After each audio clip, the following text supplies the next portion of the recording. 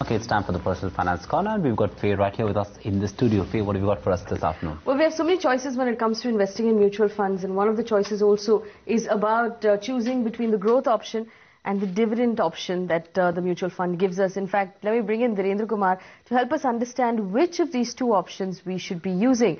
Dhirendra, thank you so much for joining us on the show this afternoon. It's always a pleasure to have you. We have a question from one of our viewers. 72-year-old US Dubey has written in. He's a retired government official, and he tells us he uses a lot of mutual funds, and specifically when it comes to his liquid funds, he chose both the dividend option in some of them and the growth option in some others. And he's a little worried about the difference in return between the two, and he wants to understand what that difference is.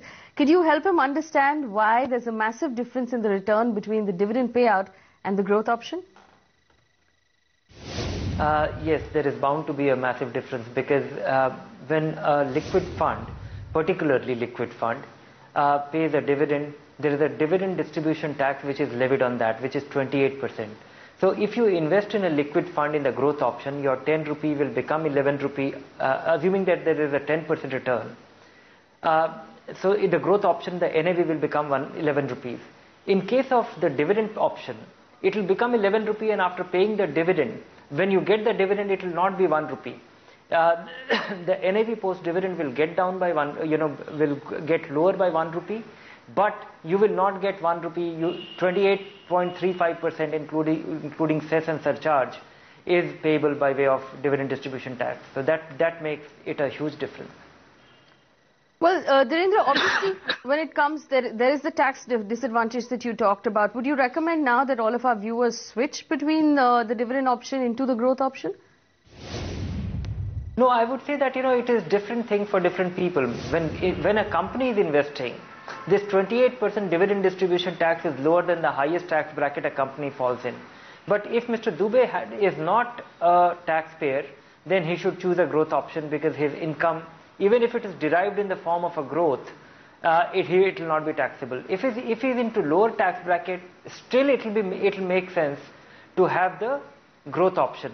But if he's in the highest tax bracket, the difference won't be much because the dividend, the growth derived in the form of from a growth plan will be taxed as his income, which at the highest tax bracket will be 30%. So it entirely depends on what tax bracket you fall in.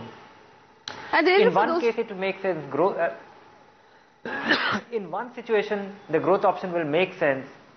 Just in case you are going to hold this investment for more than 1 year, then you should certainly choose only the growth option. Well, Dhirendra, for those of our viewers who are going to switch at this point based on your advice, there is the other aspect they should consider as far as long-term capital gains or capital gains tax is concerned. Can you take them through what that situation will be and how they should choose?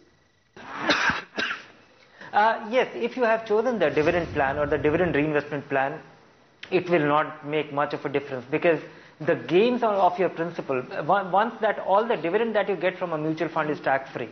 But if there is any appreciation, there will hardly be any because you would have derived most of the gains in the form of a dividend. So if you have to change track based on this strategy, for any investment choice made, whether it be whether it be dividend or dividend reinvestment, it can well be made because you won't have a significant tax implication because you won't have gains.